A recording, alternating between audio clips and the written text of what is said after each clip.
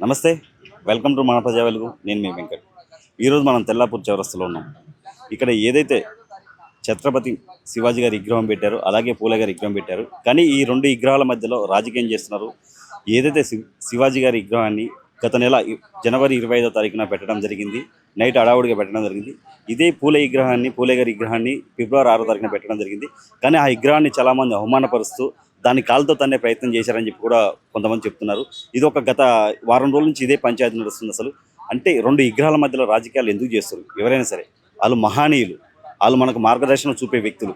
అలాంటి విగ్రహాల మధ్యలో అసలు ఈ లొల్లి ఏంటి, ఈ పంచాయతీ ఏంటి? ఇప్పుడు పోలీసు వాళ్ళు కూడా ఇక్కడ కాపులా కాస్తున్న అవకాశం కనపడుతుంది. పోలీసు వాళ్ళు కూడా మనకి కాసేపు మనలా కొంచెం మనతో పాటు కొంచెం వాదించే ప్రయత్నం చేశారు. ఇక్కడ రాకూడదు, ఇక్కడ పర్మిషన్ లేదు మీకు అని చెప్పి మాట్లాడడం జరిగింది. అసలు ఎందుకు రాజకీయాల కోసం, రాజకీయ లబ్ధి కోసం ఎందుకు ఈ విగ్రహాల మధ్యలో పంచాయతీలు పెడుతున్నారు? వాళ్ళు మహానీయులు, మనకు ఎంతో మార్గదర్శనంలో ముందుకు తీసుకెళ్లే వ్యక్తులు. పూలే గారి విగ్రహం కానీ లేదంటే ఛత్రపతి శివాజీ గారి విగ్రహం కానీ ఎందుకు ఇలా చేస్తారు? ఇప్పుడు అంత అడావుడిన చూడండి, ఛత్రపతి శివాజీ గారి విగ్రహాన్ని చూడండి, ఒక ఎలాంటి బేస్మెంట్ లేకుండా ఏమి లేకుండా అడావుడి చేసి మొత్తం అప్పటికప్పుడు ఆన్ ది స్పాట్ పెట్టవలసిన అవసరం ఏముంది? సేమ్ ఇటు చూస్తే మన పూలే గారు, జ్యోతిరావు పూలే గారి విగ్రహాన్ని కూడా సేమ్ అలాగే చేశారు. ఎందుకు అంత ఆగమేఘాలతో అంత అర్జెంటుగా చేయాల్సిన అవసరం ఏంటి? అంటే ఇది ఎటుపోతుంది అసలు? అంటే విగ్రహాలకు కూడా ప్రోటోకాల్ ప్రకారం ఇక్కడ పోలీస్ పాలన పెట్టడం ఇది ఎంతవరకు కరెక్ట్ అసలు?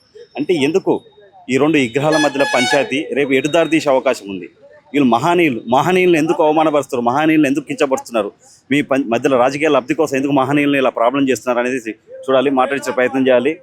ఇగో ఇక్కడ ఆల్రెడీ ఇక్కడ వీళ్ళు కూడా వచ్చి మనకి ఏదో మాట్లాడుతున్నారు, పోలీసు వాళ్ళు అబ్జెక్షన్ చేస్తారు. ఏంటి సార్ ప్రాబ్లం? సార్ ఏంటి, ఏమైంది సార్ ప్రాబ్లం? మేము మీడియా అండి, ఇప్పుడు ఏం చేస్తున్నాం సార్? ఏం చేస్తున్నాం మేము? అవునండి, ఇక్కడ పంచాయతీ తెలుస్తుంది. అసలు ఏంటి, ఏం జరిగిందని మేము తెలుసుకోవడానికి. అవును సార్, ఇక్కడ చెప్పండి సార్, మేము మాట్లాడండి. మాట్లాడండి సార్, మాట్లాడండి. బయటకు వచ్చాము ఫస్ట్. ఎందుకు దోస్తున్నారు సార్? ఎందుకు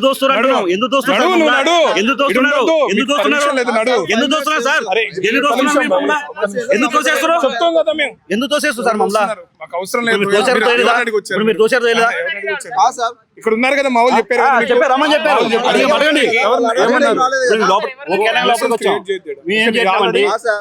నడుస్తున్నప్పుడు మీరు రావద్దు. సంబంధించిన వాళ్ళం కాదు కదా.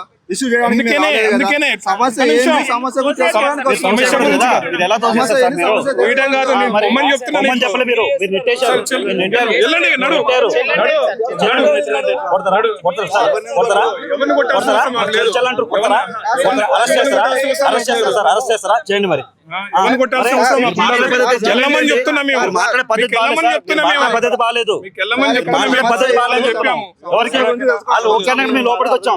మీ కానిస్టేబుల్స్ లోపలికి వచ్చాం. తీసుకున్నారు కదా, తీసుకోలే, తీసుకుంటున్నా మీరు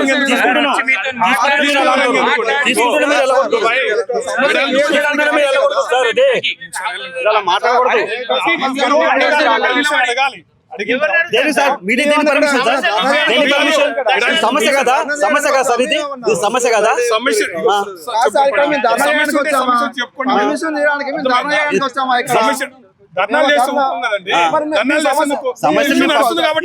పబ్లిక్ తీసుకెళ్తామండి.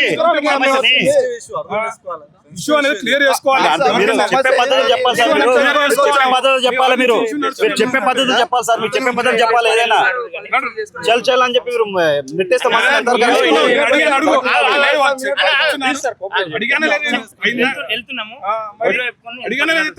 కూర్చున్నారు, తీసుకున్నారు సార్, వెళ్ళండి అని చెప్పాము.